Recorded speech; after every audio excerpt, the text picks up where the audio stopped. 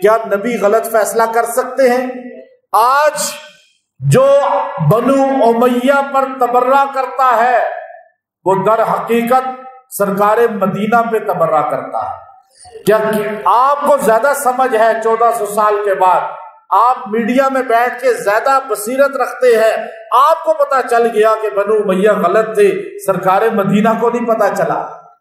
انہوں نے ایک بیٹی ابو العاص اموی کے نکاح میں دی، بڑی بیٹی زینب، دوسری بیٹی سیدنا عثمان رضی اللہ تعالیٰ کے نکاح میں دی جن کا نام تھا رقیہ، اور وہ ہجرت کر کے گئی، حبشہ سے واپسی پر بیمار ہو گئی، حمل سے تھی، بچہ پیدا ہوا، اسی بیماری میں آپ کا انتقال ہو گیا۔ جب وہ انتقال کر گئی، حضور کی چھوٹی سی بیٹی تھی، 17-18 سال کی عمر میں وہ انتقال، صعوبتیں، تکلیفیں برداشت کر کے اس چھوٹی سی عمر میں کیسے کشتیوں پہ وہ ایتھوپیا کا سفر کیا، پھر وہ گرمی سہی، وہ مجاہدے کاٹے، وہ اپنے نبی، اپنے والد کی ہر قربانی میں ساتھ تھی، اور داماد بھی ساتھ ہی تھا۔ آپ نبی کی بیٹی کو پاک مانتے ہیں تو نبی کا داماد بھی پاک ہی ہوا نا۔ الخبیثات للخبیثین الطیبات للطیبین، سورہ نور نے فیصلہ کیا پاک مرد کے لیے پاک عورت ہے، ناپاک مرد کے لیے ناپاک عورت ہے۔ اگر نبی پاک ہے تو نبی کی ساری بیویاں پاک ہیں، ماننا پڑے گا۔ اگر نبی کی بیٹی پاک ہے تو نبی کے سارے داماد بھی ماننا پڑے گا نا۔ یہ تو بنیادی اصول ہے قرآن کا۔ اب آپ دیکھیے کہ بیٹی واپسی پہ فوت ہو گئی، بدر کا میدان تھا، بدر کا مارکا تھا، سارے بدر میں چلے گئے۔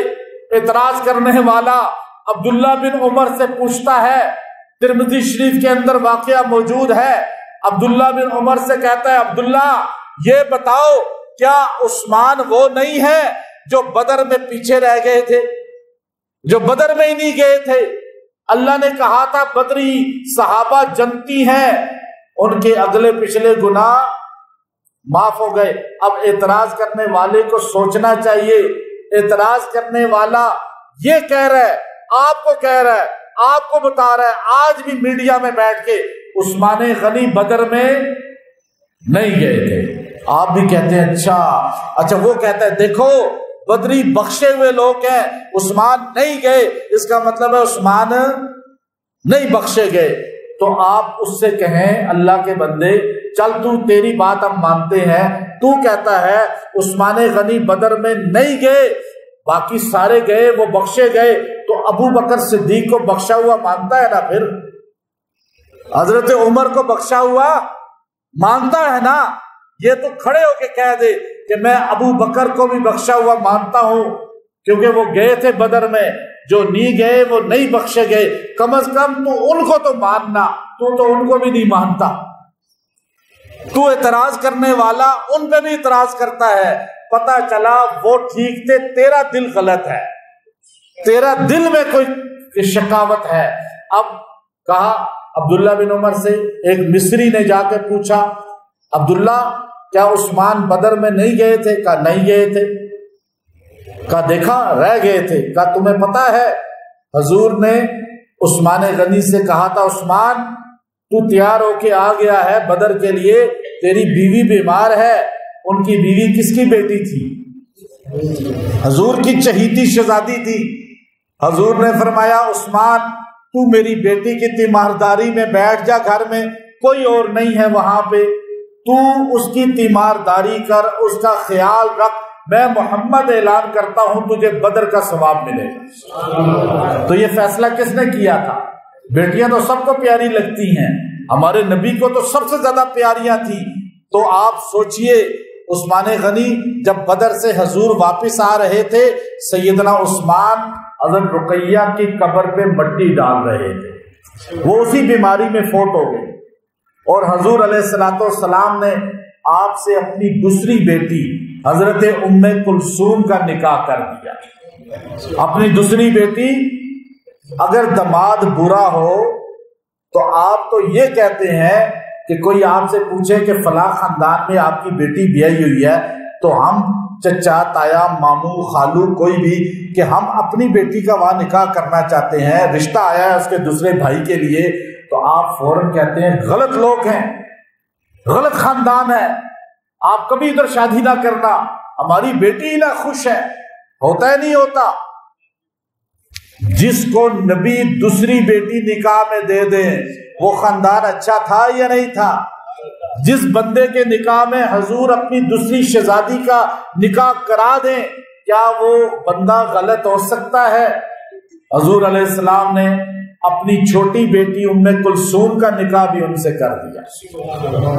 اب وہ نکاح ہوا، تھوڑے عرصے کے بعد ام کلثوم رضی اللہ تعالی عنہا بھی انتقال فرما گئی، چونکہ اللہ نے حضرت فاطمہ رضی اللہ تعالی عنہا کے لیے کچھ خاصیتیں رکھی ہوئی تھی۔ حضور کی باقی بیٹیوں کو اللہ نے پہلے اٹھا لیا، دنیا سے بلا لیا، اور جو فیوزات برکات آل رسول کے لیے، سید زادوں کے لیے اور حضرت فاطمہ کی اولاد کے لیے لکھنے تھے وہ اللہ پہلے سے لکھ چکا تھا، اور ان کا نکاح حضرت علی سے ہوگا یہ بھی اللہ لکھ چکا تھا، اللہ کا بھی فیصلہ ہو چکا تھا اور محمد الرسول اللہ کا بھی ہو چکا تھا۔ جب شاہ ولی اللہ ازالت الخفا میں لکھتے ہیں، آپ فرماتے ہیں انسانوں جب سے یہ کائنات بنی ہے اس کائنات نے، زمین و آسمان نے، چشم فلک نے ایک بندہ دیکھا ہے جس کے نکاح میں کسی نبی کی 2 بیٹیاں آئی ہوں یکے بعد دیکھے، ورنہ اس کائنات میں کوئی نبی ایسا نہیں، کوئی صحابی ایسا نہیں، کوئی ولی ایسا نہیں، کوئی انسان ایسا نہیں ہے جس کو 2 لختے جگر کسی پیغمبر کی ملی ہو اور پیغمبر نے یوں فرمایا ہو عثمان آج میری بیٹی ام کلثوم کا بھی انتقال ہو گیا، مجھ محمد کی 40 بیٹیاں ہوتی اور وہ انتقال کرتی جاتی اور میں تیرے ساتھ ان کا نکاح کرتا جاتا، اس لیے کہ تیرے سے اعلیٰ داماد کوئی نہیں ہے اور حضور کی بیٹیوں سے اعلیٰ عورتیں کوئی نہیں ہے۔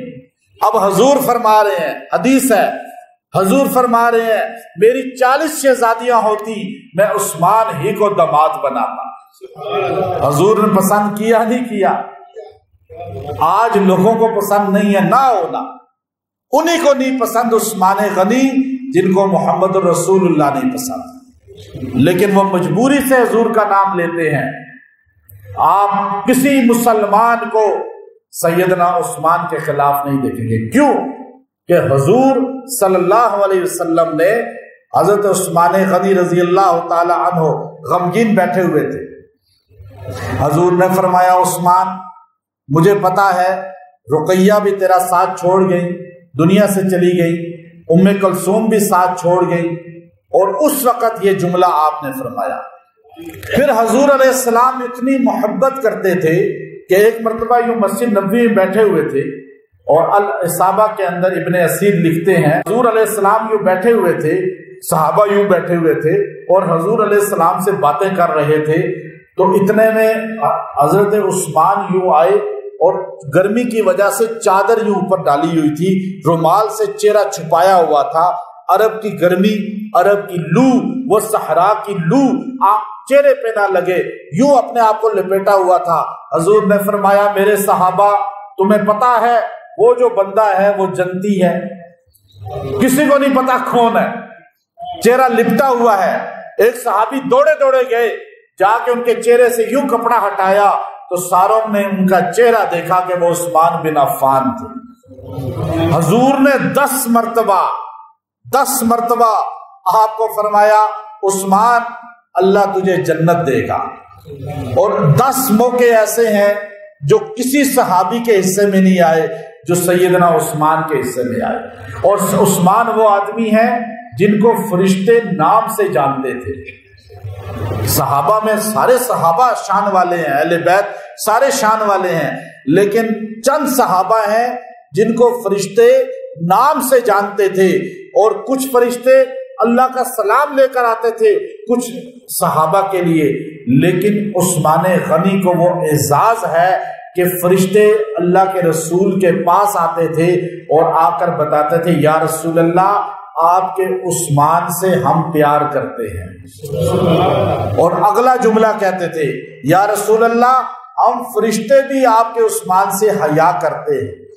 حیا ایسا تھا کہ زمانہ جاہلیت میں جو زندگی گزری 35 سال کی عمر میں ہمارے آقا نبی صلی اللہ علیہ وسلم کے ہاتھ پہ مسلمان ہو گئے، یوں ہاتھ رکھا نبی علیہ السلام کے ہاتھ پر، اس کے بعد موت تک اس ہاتھ کو کبھی جسم کے پرائیویٹ حصوں پہ نہیں لگایا۔ آپ فرماتے تھے مجھے حیا آتی ہے کہ وہی ہاتھ میں نبی کے ہاتھ پہ رکھوں اور وہی میں جسم کی غلط جگہوں پہ لگاؤں۔ ایسا بندہ جو پوری زندگی غسل خانے میں بھی آپ دھوتی باندھ کر غسل کیا کرتے تھے، فرماتے تھے مجھے اللہ سے حیا آتی ہے کہ اللہ کے سامنے میں اس طرح غسل خانے میں نہاؤں۔ حیا اتنا زیادہ تھا کہ ہمارے نبی کی 2 بیٹیاں جو آپ کے نکاح میں تھی، اس وجہ سے آپ کو ذوالنورین کہا جاتا ہے، 2 نوروں والا۔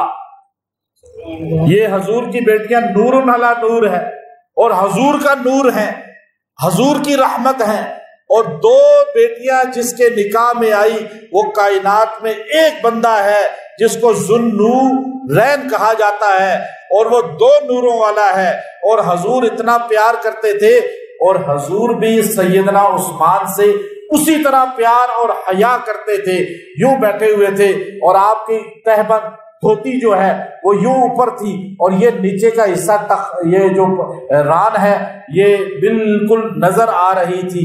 حضرت ابو بکر صدیق رضی اللہ عنہ آئے، حضور اسی طرح بیٹھے رہے، اور حضرت عمر آئے، حضور علیہ السلام اسی طرح بیٹھے رہے۔ حضرت عائشہ نے کہا یا رسول اللہ عثمان آ رہے ہیں۔ حضرت عائشہ رضی اللہ تعالیٰ یوں پیچھے پردے میں ہوا کرتی تھی، اور آپ نے کہا عثمان آ رہے ہیں، تو حضور علیہ السلام نے ایک دم اپنی چادر کو صحیح کر دیا۔ صحابہ نے کہا یا رسول اللہ ابو بکر آئے، آپ اسی طرح بیٹھے رہے، عمر آئے اسی طرح بیٹھے رہے، عثمان کا آنا دیکھتے ہی آپ نے اپنی چادر کو صحیح کر لیا۔ آپ نے فرمایا استحیی منہ فاستحیی منہ الملائکہ، میں اس سے حیا کیوں نہ کروں جس سے اللہ کے فرشتے بھی حیا کرتے ہیں۔ عثمان کا حیا، یعنی فرشتے ان کو نام سے بھی پہچانتے ہیں اور ان کو کام سے بھی پہچانتے ہیں۔ اور حضور علیہ الصلوۃ والسلام نے آپ کو جنت کی بشارتیں اتنی دی کہ آپ نے جب غزوہ تبوک میں حضور علیہ السلام، اس غزوے کو کہا جاتا ہے جو سخت تکلیف والا غزوہ تھا، سخت گرمی کا مہینہ جون کا تھا، عرب کا صحرا تھا، اور مدینہ منورہ میں فصلیں پکی ہوئی تھی کھجور کی، اب غربت تھی، بہت تنگ دستی تھی، صحابہ کے پاس آزمائش آ گئی، ادھر پھل پکا ہوا ہے، ادھر حضور کا آرڈر ہے، اب سرکار مدینہ کا حکم مانتے ہیں، کھجوریں ہاتھ سے جاتی ہیں، کھجوروں کے پیچھے بھاگتے ہیں، دنیا کے پیچھے اللہ کے رسول صلی اللہ علیہ وسلم کا حکم جاتا ہے۔ اب صحابہ نے اللہ کے رسول کے آرڈر کو فوقیت دی، اور حضور علیہ السلام 30,000 صحابہ کو جمع کیا، 30,000 کا لشکر جمع کر لیا۔ اب مقابلہ پہلے بدر میں ہوا اپنی قوم سے، احد میں ہوا اپنی قوم سے، حنین میں ہوا اپنی قوم سے، خیبر میں ہوا اپنے ایک قوم اور مزاج والوں سے۔ ان کے داؤ پیچ ہمارے نبی اور صحابہ جانتے تھے، لیکن آج تبوک میں جس قوم کے ساتھ جھگڑا ہے، لڑائی ہے، جہاد ہے، وہ قوم اجمی ہے، غسانی ہے، فوج ہے، باقاعدہ ان کی ٹریننگ یافتہ آرمی ہے، باقاعدہ ان کے پاس اسلحہ ہے، لاکھوں کی تعداد ہے۔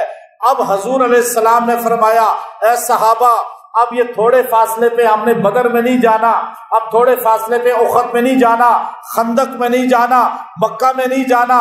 صحابہ آج ہم نے 1000 کلومیٹر کے قریب فاصلہ ہے، تبوک آپ جا کر دیکھیں، میں کئی بار گیا ہوں، اب تو شہر بن چکا ہے، وہاں صحابہ کی قبریں ہیں، وہاں حضور علیہ السلام جس جگہ آپ نے خیمہ لگایا 22 دن آپ نے نمازیں پڑھائیں، وہاں مسجد بن چکی ہے جسے مسجد رسول کہتے ہیں، وہاں ہم نے جمعہ بھی پڑھا، ہم نے وہاں پر بیٹھ کے وہ خوشبو محسوس کی جو سرکار دو عالم صلی اللہ علیہ وسلم اور صحابہ، بڑے ایک صحابی بڑے ہیں عبداللہ بن ذوالبجادین جو اسی غزوے میں بیمار ہو کر فوت ہو گئے، ان کی قبر ہے اور ان کی قبر پہ جا کر انسان کا ایمان تازہ ہو جاتا ہے۔ کیسے ان کو قبر میں جب حضور نے اتارا تو حضور نے خود قبر میں اتر گئے۔ حضور اپنے صحابہ سے ایسے پیار کرتے تھے۔ آج مسلمان وہی ہے جو نبی کی طرح صحابہ سے پیار کرے۔ غریب صحابی تھے، عام سے صحابی تھے، بیمار ہوئے، لڑائی بھی نہیں ہوئی، قتل بھی نہیں ہوئے، شہید بھی نہیں ہوئے، بیمار ہو کر شہید ہو گئے ہیں، اللہ کو پہنچ گئے ہیں۔ تو اب وہ قبر میں حضور اترتے ہیں، حضور نے یوں ان کی ڈیڈ باڈی کو لیا اپنے ہاتھوں میں، کہا مجھے اپنے بھائی کی میت پکڑاؤ، اور خود اپنے ہاتھوں سے یوں قبر میں اتارا۔ قبر میں اتار کر حضور نے یوں ہاتھ اٹھا دیے۔ آپ سوچئے جس کے لیے ہاتھ رسول اللہ اٹھا دیں وہ جماعت کتنی اعلیٰ ہوگی۔ حضور نے ہاتھ اٹھا کر کہا ایک جملہ، امام بخاری رحمۃ اللہ علیہ اپنی بخاری شریف کے اندر یہ واقعہ لاتے ہیں، اور وہ جملہ سن کر حضرت عباس تڑپ اٹھے، حضرت عمر تڑپ اٹھے، اور عمر نے کہا یا اللہ کاش آج میری ڈیڈ باڈی ہوتی اور مجھے حضور یوں قبر میں اتارتے، یہ جملہ میرے لیے کہتے۔ حضور نے فرمایا اللہ میں عبداللہ ذوالبجادین سے راضی ہو گیا، تو بھی راضی ہوگا۔ اب میں اس قبر پہ گیا، میں وہاں کھڑا رہا، جمعے کا دن تھا، اور میں نے بڑا سوچا ان چیزوں، اس حدیث کو، اس واقعے کو۔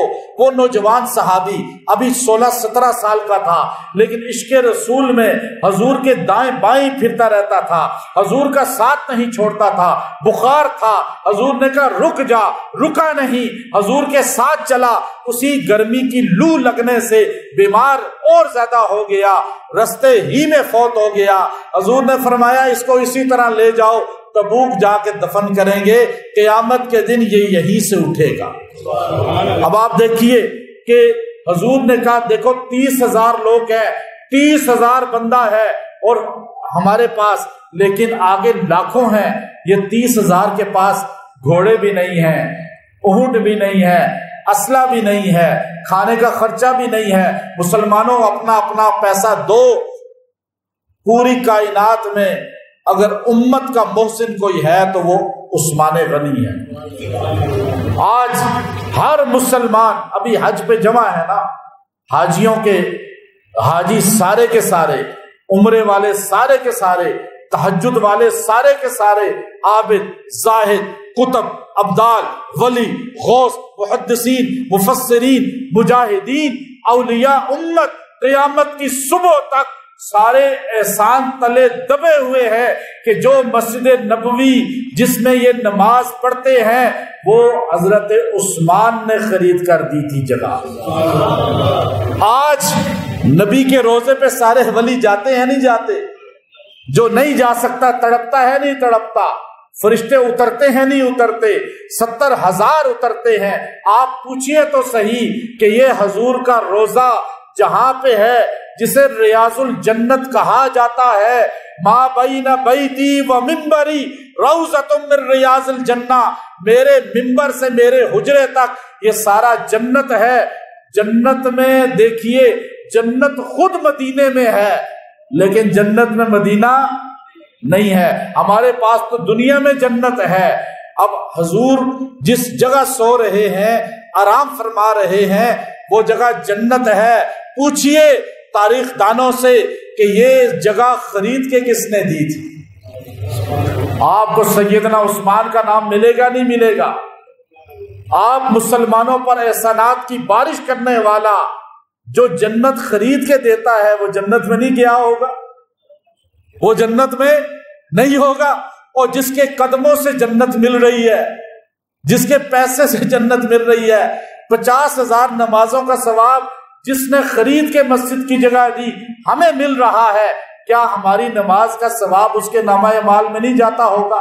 حاجیوں کا حج کا ثواب نہیں جاتا ہوگا؟ آپ کائنات کے سارے قطبوں کی کتابت، ولیوں کی ولایت، غوث ساروں کی عبادت، عابدوں کی عبادت، زاہدوں کا زہد، مجاہدوں کا جہاد، محدثین کا حدیث پڑھنا، مفسرین کا تفسیر بیان کرنا، یہ سارا ایک پلڑے میں رکھ دیں۔ سیدنا عثمان نے جو حضور کو مسجد نبوی کی جگہ لے کر دی ہے، اس کا مقابلہ حضور نے فرمایا غربت ہے، کوئی ہے جو مسجد کی جگہ لے دے؟ آپ مجھے مسجد کے لیے پیسہ دیں، آپ مجھے مسجد کے لیے جگہ دیں، واللہ جن لوگوں نے ہمارا برے وقت میں ساتھ دیا، اس مسجد میں حصہ ڈالا، ہمارے آج تو اللہ نے بہت نام کر دیا، مسجد کا بھی نام ہو گیا، لیکن جب برے وقت تھے، جب کوئی ساتھ دینے والا نہیں تھا، آج وہ میرے سامنے آتے ہیں، میں ان کے لیے کھڑا ہو جاتا ہوں کیونکہ ہمارا ساتھ دیا انہوں نے۔ تو کیا ہمارے نبی ساتھ نہیں دیں گے، جن کے لیے میں ان کا آج بھی احسان مانتا ہوں، آج بھی دل سے مانتا ہوں، ذکر بھی ان کا کرتا ہوں، ان کا دل سے کہتا ہوں۔ جب کوئی سمٹ دینے والا نہیں تھا، یا سریا دینے والا نہیں تھا، یہاں مزدوری پہنچانے والا نہیں تھا، جب کوئی یہاں تعاون کرنے والا نہیں تھا، یہ ڈٹ کے ہمارے ساتھ چلا، قیامت میں کیا حضور نہیں کہیں گے؟ جب غربت تھی امت پر، افلاس تھا، کوئی چلنے والا نہیں تھا، تو کون اٹھا مسجد نبوی کی جگہ دی؟ کون اٹھا جب پانی نہیں تھا؟ مدینے میں سب پانی کنووں کے کڑوے تھے، ایک کنواں پیر روما وہ تھا یہودی کی ملکیت۔ اٹھائیں بخاری شریف، وہ بندہ یہودی بیچتا تھا پانی، مسلمان خرید نہیں پاتے تھے، ان کے پاس روٹی کے پیسے نہیں تھے، پانی کہاں سے خریدتے؟ غربت کا زمانہ تھا۔ حضور علیہ السلام کے صحابہ کہنے لگے یا رسول اللہ یہ زبان نکل آئی ہے، پانی نہیں مل رہا۔ آپ کربلا کی بات کرتے ہیں، وہاں پانی روکا تھا، یہاں مدینے والوں کو پانی پلانے والے کی کیا فضیلت ہے؟ آپ جو پانی کی سبیل لگاتے ہیں، کہتے ہیں پانی پلاؤ ثواب ملے گا، کیا ملے گی؟ پانی کیوں پلاتے ہیں؟ سبیل کیوں لگاتے ہیں؟ کیا ملے گی؟ سارے بولیں۔ اس لیے نا کہ پانی پلانا اہل بیت کا شیوا ہے، یہی کہتے ہو نا، اہل بیت کی محبت ہے۔ اور جس نے محمد کریم کو پانی پلایا، جس نے شیر خدا کو پانی پلایا، جس نے حضرت فاطمہ کو پانی پلایا، جس نے صحابہ کل کو، اہل بیت کو پانی پلایا، جس نے دیکھا علی بھی پیاسے ہیں، جس نے دیکھا حضور کی بیٹی فاطمہ بھی پیاسی ہیں، حضور علیہ السلام کا گھرانہ پیاسا ہے، صحابہ پیاسے ہیں، غریب ہیں، کنواں سے پانی بک رہا ہے اور خریدنے کی ہمت نہیں ہے۔ حضور نے فرمایا مجھے اللہ نے آرڈر دیا ہے کہ میں اعلان کروں، اے صحابہ، کتنے صحابہ؟ اس وقت 400 سے بھی زیادہ نہیں تھے صحابہ۔ کتنے صحابہ؟ 400 بھی نہیں تھے۔ حضور نے فرمایا میرے صحابہ 313 تو بدر میں تھے نا، یہ بدر سے ہی پہلے کا واقعہ ہے۔ کتنے تھے صحابہ؟ آپ سوچئے۔ اب حضور نے کہا مجھے اللہ نے کہا ہے جو یہ کنواں لے کر مسلمانوں کو دے گا اللہ اسے جنت دے گا۔ اب بھی جنتی نہیں مانتے، تو پھر وہ کتنے بدبخت ہیں ذاکر، کتنے بدبخت ہیں وہ تقریر کرنے والے جو آج بھی عثمان رضی اللہ کو جنتی نہیں مانتے۔ حضور نے کہا کون ہے جو خریدے گا؟ سیدنا عثمان اٹھ کے چلے گئے۔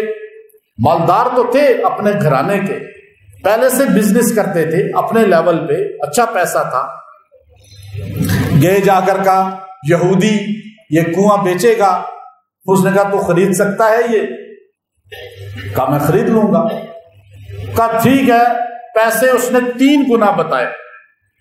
اس نے کہا 3000 درہم کا دوں گا۔ درہم چاندی کا ہوتا ہے، 52.5 تولہ جو چاندی ہے نا، یہ بنتی ہے 200 درہم کے برابر اس زمانے میں۔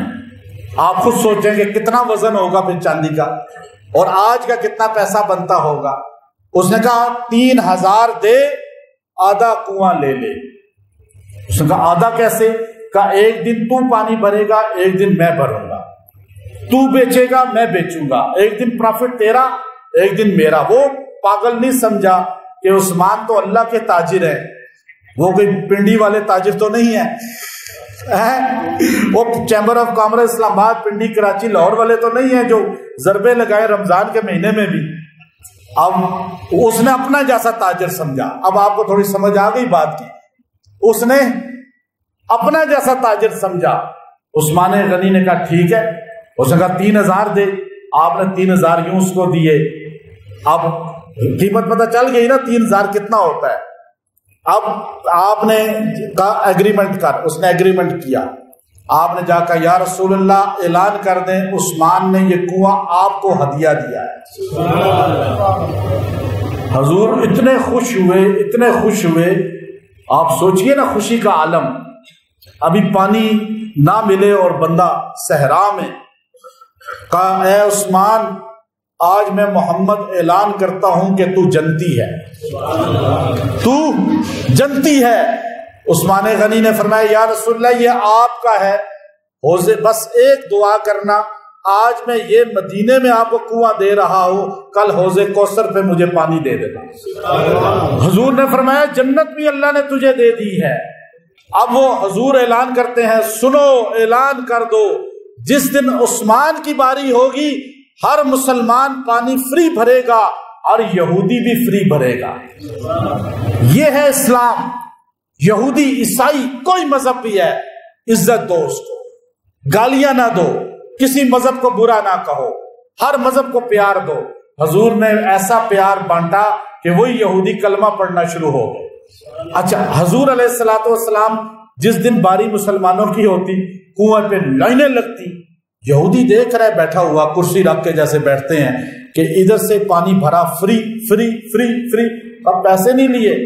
سیدنا عثمان نے کہا میں نے تجارت اس کے ساتھ کی ہے، اب روز جو ہے نا وہ پانی، جب اس کی باری آتی تو یہودی بھی کوئی نہ آتا پانی بھرنے، یہاں تک کہ اس کے بہن بھائی بھی پانی مسلمانوں کی دن بھر لیتے باری پہ۔ جب اس کا خالی دن ہونے شروع ہو گئے اس نے کہا یہ تو نقصان میں جا رہا ہوں۔ کہا عثمان باقی آدھا حصہ بھی خرید لیں۔ آپ نے فرمایا ایسے نہیں ہے، یہ باغ بھی ساتھ دو گے تو میں آدھا حصہ خریدوں گا۔ اس نے کہا باغ بھی لے لو، آج کنواں اسی باغ میں ہے۔ امام ابو حنیفہ نے فرمایا کہ اضافی سودے میں بات کر سکتے ہیں، یہاں سے استدلال کیا۔ اب آپ دیکھیے مسلمانوں کا محسن ہے یا نہیں؟ کتا اپنے محسن کے لیے گردن جھکا دیتا ہے، جو سیدنا عثمان کے خلاف بولتا ہے وہ کتے سے بھی کیا گزرا ہے یا نہیں؟ کیوں؟ وہ گلیوں میں پھرتا ہے لیکن اپنے محسن پہ، اور یہ نبی کا محسن، صحابہ کا محسن، اہل بیت کا محسن، قیامت تک امت کا محسن، جو اس پہ بھونکے وہ اس سے گیا گزرا ہے یا نہیں؟ وہ جو دم اٹھا کے گلیوں میں پھرتا ہے اس سے گیا گزرا ہے یا نہیں؟ یہ بات میں غلط کہہ رہا ہوں صحیح کہہ رہا ہوں؟ آپ نے کتوں کو کبھی اپنے مالک پہ بھونکتے ہوئے دیکھا ہے؟ ہم اپنے آقا پہ کیوں برا کہیں؟ ہم کسی صحابی اہل بیت کو برا نہیں کہتے، ہم کسی باطل کو بھی برا نہیں کہتے منبر پہ بیٹھ کے، ہم کہتے ہیں بس قرآن حدیث۔ آخری بات کر کے، آخری بات، وہ تبوک کا تو رہ گیا نا، ابھی تو بہت چلے گا، اگلا جمعہ بھی انشاءاللہ اسی پہ ہوگا۔ تبوک ہمارے نبی پریشان تھے، 3000 بندہ، غربت، گھوڑے نہیں ہیں، اونٹ نہیں ہیں، سواریاں نہیں ہیں، کھانا نہیں ہے، اسلحہ نہیں ہے، کس کس سے مانگے ہیں؟ کتنے ٹوٹل؟ چند ہزار صحابہ ہیں، ان میں مالدار کتنے ہیں؟ اب دیکھیے مالدار بندہ، آج کے مالدار کہتے ہیں جی ہمیں گھر آئے، ہمارے قدموں میں بیٹھے، ہم سے پیچھے پڑے، ہمارا اشتہار لگائے، پھر ہم تھوڑا چندہ دیں گے، ایسے ہی کہتے ہیں۔ عثمان ایسے مالدار نہیں بنے، ایسے مالدار تھے، اللہ نے ایسا بنا دیا کہ حضور نے کہا لوگوں، حضور منبر پہ آ گئے چندے کے لیے، کہا میرے صحابہ ہم نے غزوے میں جانا ہے، بڑا سخت غزوہ ہے، ہمیں تعاون کرو۔ ابو بکر صدیق پورا گھر لے آئے، لیکن کتنا تھا ہی تھوڑا سا۔ عمر رضی اللہ عنہ آدھا گھر لے آئے، کتنا تھا؟ تھوڑا سا تھا۔ صحابہ نے جی بھر کے دیا، حضور نے کہا یہ تو بہت تھوڑا ہے، بہت لمبا سفر ہے، 1000 کلومیٹر کا، گھوڑوں پہ جانا ہے لیکن گھوڑے بھی نہیں ہیں، اونٹوں پہ جانا ہے اونٹ بھی نہیں ہے، خوراک بھی نہیں ہے، اسلحہ بھی نہیں ہے، دشمن بھی بڑا ہے، صحابہ تعاون کرو۔ سیدنا عثمان کھڑے ہوئے، یا رسول اللہ آپ حکم کریں کتنا دوں؟ حضور نے فرمایا جتنا تیرا اللہ نے دل رکھا ہے۔ کہ یا رسول اللہ کتنے لوگ ہیں؟ کہا 1000 بندہ ہے، 3000 بندہ ہے۔ کا 1000 اونٹ دیتا ہوں یا رسول اللہ، آپ قبول فرمائیں۔ 1000 گاڑیاں دی ہیں، آج اونٹ بھی 4-5 لاکھ کا ہے، مالدار 100 اونٹ کسی نے ذبح کیے کراچی میں، اس کی تشہیر کر رہے ہو، 100 اونٹ قربانی کے اس نے دیے، اس کی تشہیر ہو رہی ہے نہیں ہو رہی؟ اور جس نے 1000 اونٹ ہمارے نبی کو دیے اس کا نام ہی نہیں ہے، اور غربت کے زمانے میں دیے۔ حضور پریشان بیٹھے ہوئے منبر پہ، برے وقت میں ساتھ دینے والے کو بندہ بھولتا کم ظرف ہوتا ہے جو بھول جاتا ہے۔ میرا یقین ہے قیامت میں بھی حضور عثمان کا ہاتھ پکڑ کے ان کے احسانات اللہ کے سامنے بیان کرے۔ حضور علیہ السلام نے سنا عثمان کتنے؟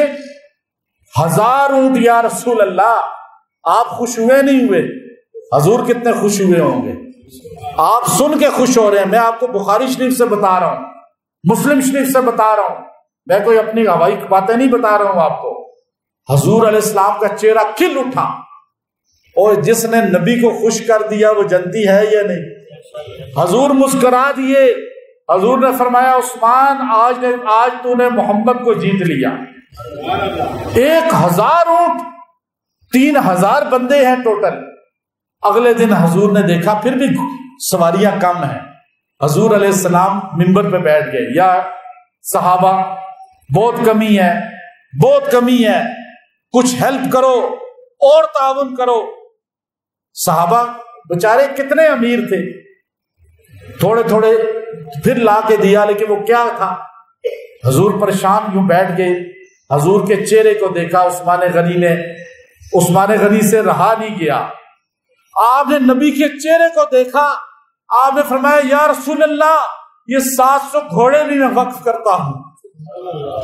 آپ سوچئے جس نے نبی پہ احسان کر دیا، آج ان کو کس طرح میڈیا میں گالیاں دی جاتی ہیں۔ اور پھر بخاری شریف کے اندر ہے، اگلے دن حضور پھر کھڑے ہو گئے، حضور نے کھڑے ہو کے اعلان شروع کر دیا، آخری دن تھا، فرمایا صحابہ آج تعاون کرو، بہت مشکل ہے، کھانے کو کچھ نہیں ہے۔ صحابہ جب تھوڑے تھوڑے کھڑے ہوئے، عثمان غنی اٹھتے ہیں، 1000 سونے کی اشرفیاں، 1000 سونے کے اشرفیاں حضور کے سامنے لا کے یوں رکھ دیتے ہیں، کہتے ہیں یا رسول اللہ عثمان کا یہ مال بھی قبول کر لیں، شاید اللہ مجھے بخش دے۔ حضور نے فرمایا عثمان ما ذر عثمان ما عمل بعد اليوم، عثمان میں اعلان کرتا ہوں آج کے بعد تیرے گناہ کو بھی اللہ نیکی بنا کے لکھے گا۔ یہ تمغہ کس نے دیا؟ تاجدار مدینہ نے دیا۔ آج جو اس تمغوں کو نہ مانے وہ انسان ہونے کے حقدار بھی نہیں ہے۔ ہم صحابہ کی تعریف اس لیے کرتے ہیں کہ ہمارا ایمان صحابہ سے جڑا ہوا ہے۔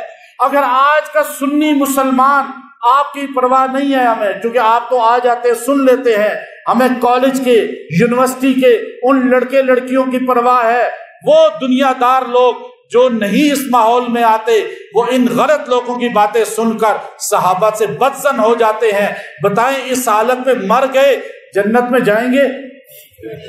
ہم ایمان بچانے کے لیے صحابہ کی تعریف کرنا ہمارا فرض ہے۔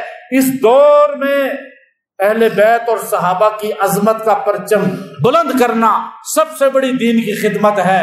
اور جس عثمان غنی کو رسول اللہ فرما رہے ہیں عثمان آج کے بعد تو کوئی گناہ بھی کرے گا تو اللہ نیکی بنا دے گا، تو بعد میں اگر تم کہتے ہو یہ غلطیاں کی وہ تمہارے نزدیک ہیں، لیکن ہمارے نبی نے تو پہلے ہی کہہ دیا تھا۔ میں نے اب حضرت عثمان کی شان اگلے جمعے انشاءاللہ اس سے منفرد بیان کریں گے کہ اللہ، ابھی تو میں نے آیت پڑھی تھی لقد صدق اللہ رسولہ الرؤیا بالحق، یہاں اللہ نے فرمایا تھا جو خواب آپ نے دیکھا ہے اللہ اسے سچ کر دکھایا کہ محلقین مقصرین، یہ جو حج پہ آپ کرتے ہیں نا، حلق کرتے ہیں، ایک اس طرح پھر آتے ہیں، ایک قصر کرتے ہیں، آپ خالی کینچی سے چھوٹے بال، برا کسی کو نہیں کہنا چاہیے، آپ نے ٹنڈی کرائی، حج کر لیا، عمرہ کر لیا، بھائی کوئی فرض نہیں ہے، سنت ہے۔ 3 دعائیں ہیں ٹنڈ کرانے والے کے لیے اور ایک دعا ہے قصر کرنے والے کے لیے، لیکن قرآن میں حکم دونا ہے محلقین ومقصرین فعلم ما لم تعلموا فجعل من دون ذلك فتحا قریبا۔ اللہ تمہیں اس کے بعد ایک بڑی فتح دے گا۔ یہ وجہ بھی سیدنا عثمان ہیں، اللہ ان کی مرتبے کی ہمیں سمجھ عطا فرمائے۔ اور انشاءاللہ اگلا جمعہ یہاں سے آگے شروع ہوگا شہادت عثمان کے اصل واقعات، کہ کس طرح شہادت ہوئی، کن نے شہادت کی، اور شہادت کرنے والے کون تھے، اللہ نے ان کو نشان عبرت کیسے بنایا، یہ سارا واقعہ اور مزید شان قرآن سے بیان ہوگی۔ وآخر دعوانا الحمدللہ رب العالمین۔